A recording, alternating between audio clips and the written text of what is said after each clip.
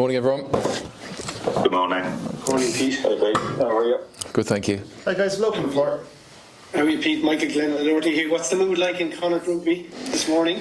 Yeah, look, it's a bit of everything, really. I think really excited that we're in season proper, week one. Obviously disappointment in terms of the Ireland result on the weekend, and you know, so thoughts with them, especially our guys, and you know, knowing the disappointment they'll be dealing with over the next few days and possibly longer. So it's a bit of everything, excitement from a personal point of view, and probably a bit of sympathy up the road as well. What date do you have for the Ireland players to return and be available for selection? Well, it's to be confirmed. They'll need a minimum of 3 to 4 weeks, I think, to recover properly, and that's physical as well as the, I suppose, the mental and emotional side of not just the campaign they've been through and how it ended, but the preparation that went into that. So minimum of 3 to 4 weeks, but very much on an individual basis in terms of the minutes that they've played over the World Cup and how sort of bodies and minds are. So we've been in contact with them. We'll speak again at the end of this week, and we'll work out a plan for them from there. How have the new players settled in? What have you seen that you liked? Yeah, look, on the whole, everyone settled in brilliantly. You know, they fitted into the group really well. I think it's that sort of group here and that sort of place, Connachs, as a club and as a community, really, in terms of how welcoming they are to everyone. But the guys have been brilliant. The two lads that came from Ireland Sevens, Andrew Smith and Liam McNamara, have been fantastic. Obviously, a lot of guys would have connection with them anyway through the Sevens or age grade stuff with Andrew. So, no, they've been brilliant. Sean Jansen is you know, not available yet for us. He's still going through some rehab, but a really good addition to the group. I think he'll add a lot once he's out in the grass. And obviously Santi Cordero had the disappointment of his knee injury, you know, going back a few weeks, but again is very much part of the group and getting a chance to contribute off the field, you know, if not on at this stage. Do you have a timeline for Santiago? No, look, it'll be very late in the season, and so I don't have a definite timeline. But you know, we'll cross that bridge. But it's a long-term rehab for him, and you know, he's had his surgery and he's working hard through the boxes to tick now, I suppose. So look, it'll be the end of the season, and you know, we'll review it after Christmas and just see how he's tracking. Just the last one for me. Do you think will you lose Liam for Sevens duties? Is that part built into the contract at some stage? He may have to go off? No, that's not part of the contract. So Liam and Andrew are with us full time. You know, obviously, if there was a situation where they weren't getting games or weren't getting opportunity, there'd be conversations we could have there. But no, they're with us and committed to us. Thanks very much. Pleasure. Dave? How are you, Pete? Just on the, it's obviously still very raw, but just the kind of you talked about the emotional kind of empathetic piece with the boys coming back, and you've already spoken to them, you said, or texted them, whatever. I mean, just talk about that, because you know Ireland have been down this road many times before, and like they're coming back, they may not play with certain players ever again. They'll never have this experience again. But they have to reintegrate. So just kind of talk about that piece and how you and maybe others in the staff and even the players will kind of what kind of work you kind of need to do in that kind of area.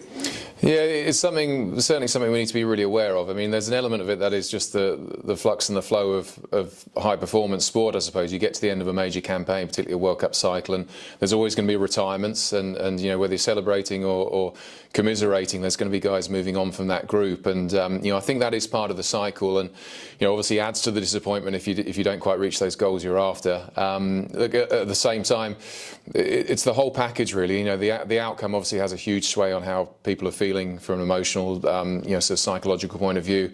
The efforts that go into that, you know, obviously to lose a game that was as close and as highly fought as it was on the weekend, and then the weeks that go before that as well, in terms of the, you know, the contest against South Africa and Scotland, and then the whole preparation period. You know, you're not just dealing with one result, you're dealing with a period of several months. And I suppose in terms of the journey that Ireland have been on, you know, going back to that tour to New Zealand last summer, and even before that, you know, they've had goals that were set a long way out. So you know, they will have fallen short in their own eyes, but you know, obviously everyone's immensely proud of what they have achieved and the way they went about it. So it's not as simple as just trying to get over one disappointing result. You know, we lost a semi-final last season, and that's one thing, but you know, you're talking about a whole journey they've been on, I suppose. So you've got to be aware of that, but also understand the individuals. You know, with Mac, Bundy and Finlay, for us, they're three very different human beings, and how they react to that will be different as well. So we'll manage them through that. It starts with conversations, you know, before they get back, and that continues with once they are back in the room, and you know, we'll cross that bridge as they arrive.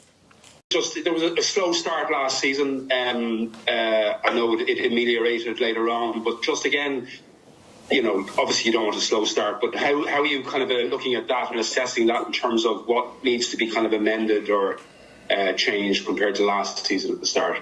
Yeah, I think there's lessons to be learned from it in terms of how we went about our pre-season, but also, the mindsets going into those early weeks. It's a different type of fixture list. I actually don't think it gets any easier. I don't think there's an easy game in the URC. I know it's a massive cliche, but we do have to recognise 3 home games is a massive opportunity, and we need to make the most of that.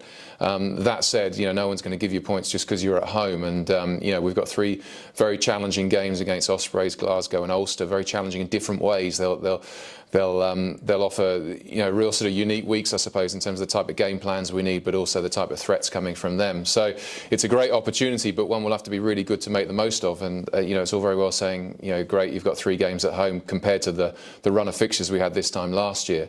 But it's only great if you win them. So again, another cliche, but we'll take it a week at a time, try and do the job against Ospreys, and then we'll reassess from there.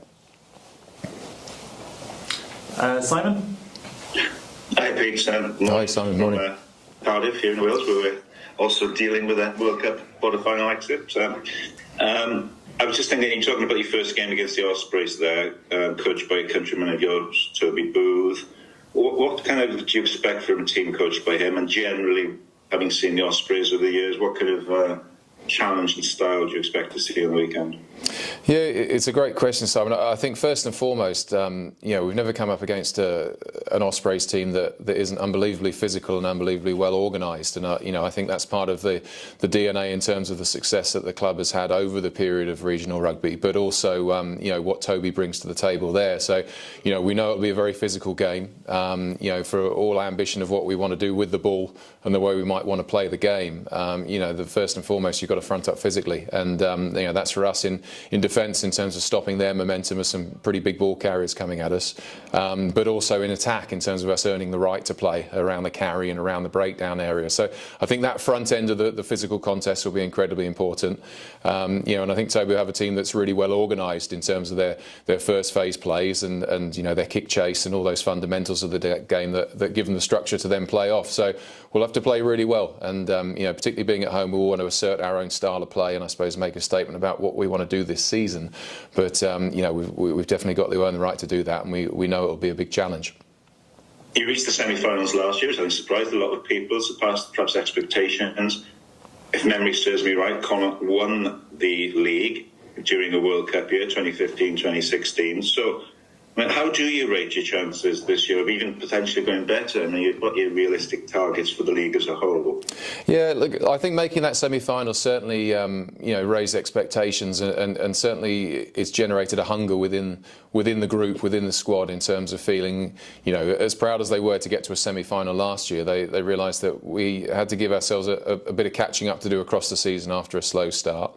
And also we probably didn't give the best version of ourselves in that game over in Cape Town, as good as the Stormers were. We felt we had a bit more in us and probably didn't fire as many shots as we wanted to. So I wouldn't describe it as unfinished business, but I think it certainly whet the appetite for being involved at the sharp end of the competition. But the other big lesson from last year is that it's a body of work accumulated across the season, and a good first game or a good first half a season, or conversely if it goes the other way for you, it doesn't determine your fate. It's building week after week and picking up bonus points even when you're not playing well. It's about using the full squad. It's a fairly long campaign. I know we're a little more condensed with the World Cup this season, but 11 games back to back will take us through to the 1st of January for us. And even then, we'll get a good gauge of how we're tracking, but there'll still be an enormous amount of work to do. So it is a long campaign, and we've got to approach it in that way as well, and bite off the chunks as we go. Lastly, from as you indicated, it's a different kind of season, all truncated. Some teams affected more than others by players not coming back maybe till November time. So as you look at the URC as a whole, who do you see as, if not yourself, the top contenders for the title this season? Look, it's a really interesting one because, as you said, it can be a bit up in the air after a World Cup campaign, and there's always that variation of guys coming back in. Look, I think Glasgow did really well last season, and we've got them in round 2. So, we're certainly fully focused on Ospreys, but they're a team that have caused us problems in the past, and I think they have a very solid attack and defence. Ulster will have a point to prove, being up near the top of the log for the last few seasons, but without getting the silverware that they're so hungry for. Leinster, certainly won't go anywhere, and Munster obviously will have enormous confidence from their success last season. So just in terms of those guys that we've got sort of in that first half of the season, there'll be massive contenders there, I think. South African teams obviously very strong. We'll see how they go in the World Cup and when players return to them. But there's not many easy games, and obviously Welsh rugby's been through a period of transition in terms of what's happened over the last few months. But at the same time, if you have to go away and play games in Wales, they're tough games to get points from as well. So I see a lot of teams that will be there or thereabouts. I think it'll be one of the most exciting URC campaigns we've had so far. William? Hi Pete, how are you? Good, thank you, William. I'm just wondering, 3 home games to start with. You probably need to win all of those games. So how difficult will it be to bring players in and out? Because you want to get players on the field as well. So it's going to be competitive selection. It will be, and I think that start of the season for us, the first sort of 6-7 games, is a really interesting rhythm to it. We've got the 3 home games, as you mentioned, and away to Edinburgh, where we've had that trip in pre-season, which served us really well to get that experience of the game over there and the opposition, albeit they'll have a few players back by then. And then we're off to South Africa 2 weeks, and we come back then for a short turnaround against Leinster. So the flow of that first block, there's a lot to kind of get your head around, and how we use the squad will be really important. I think right now we're saying who's our best team for round 1, and probably not planning too much further ahead than that once we, until we know when those international guys are returning to the fold. Obviously that will come to the equation, but it's very much about saying what's the best 23 for round 1, and we'll look at performance and judge accordingly from there. Any word on how Mac Hanson's injury is? He limped off there on Saturday night, having played 60 minutes. Yeah, he did. Look, no specifics from me at this stage. I think they travel back over the next 24 hours today, I think, and then we'll touch base with them and get all the medical updates. So no, I don't have any details at this point. Okay, that's me. Thank you. Okay, guys, we will leave it there unless anyone wants to come in. Just have a small one, Stephen. Yeah, sure. Go ahead, dude. Just a small one, Stephen. Sorry, Peter, to again mention somebody who's not here, but just Andy Friend has been doing his world tour over the last few weeks. He's not around this season. I mean, how big a loss obviously is he, but also how does that give you guys an opportunity? Obviously, you've got Scott in, and there's kind of a new staff. Everything kind of evolves in rugby. So just speak about that for a moment. Thanks. Yeah, it is. It's a fresh chapter for the club. I think for me, it's my 7th year here, and I'm really aware of that in terms of it's a familiar voice for the players from my end. Cully Tucker going around in that scrum and breakdown role, which was a really important part of putting together that coaching room when I had license to do that. So there is a bit of familiarity there, but I think the opportunity to bring in the new guys with Scott Fardy that you mentioned, John Muldoon and Mark Sexton, I think that freshening up of the coaches' room is really important, not just in the different voices for the group, but also some different ideas and different rugby perspectives. It's different for me to be the man in charge, as much as I had a large input into how we trained and our game planning and other aspects of the rugby or the programme on the field over the last season or two. To be the head man and I suppose not be going down the corridor to have to run things by other people or get their permission. It is different. It is different, and with that comes it's great accountability but massive responsibility as well. So the great thing is we've had a really long pre-season for those guys to bed in, the new coaches, but for me also to find my rhythm as a head coach. And there'll be plenty of challenges as we go, but the energy around the place is brilliant, and we're just looking forward to getting started. Okay, thanks, Stephen, Peter. Thank you. Thanks, Dave. Okay, we'll leave it there, guys. That's all on the